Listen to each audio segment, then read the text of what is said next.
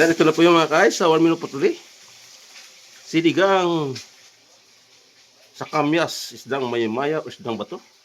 Tubig, ice, TV, malamig na tanong.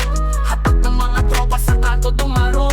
Esperanza sa bawat kwento, talang patibong. Tipit ang pangarap ay magkikiba kahit anong buhawi o bagyo. Mga banat ng hustler, sintunado pwedeng rapper. Bote-bote ang palitan pero walang masyadong buzzer. Alon ng beat parang wave sa tabi ng crater. Pangarap sa kamay, bibiting parang elevator. What's up mga guys? Welcome to my channel, Chubes TV and my cooking vlog. So yun, nakabili po tayo ng isda. Isdang bato daw ang tatawagin ito. Ito na may isdang maya-maya po dito.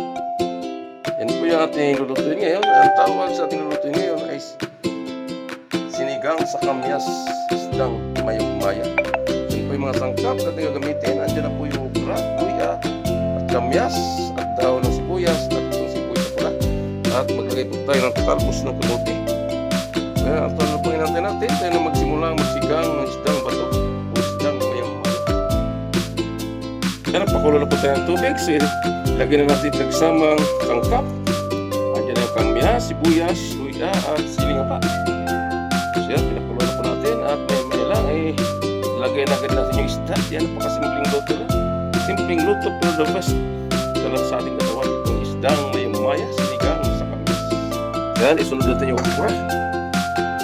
Yan ang okra. Ayan yung isda natin. Ang bilis mo lang po lumaluto. Punguli na natin yung isda.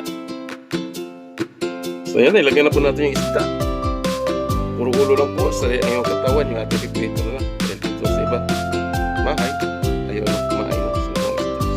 So, itong bunto, ito naman yung ating piprito. So yan, puro ulo lang po natin sisiganin. Gaday salt. Para sumarap yung ating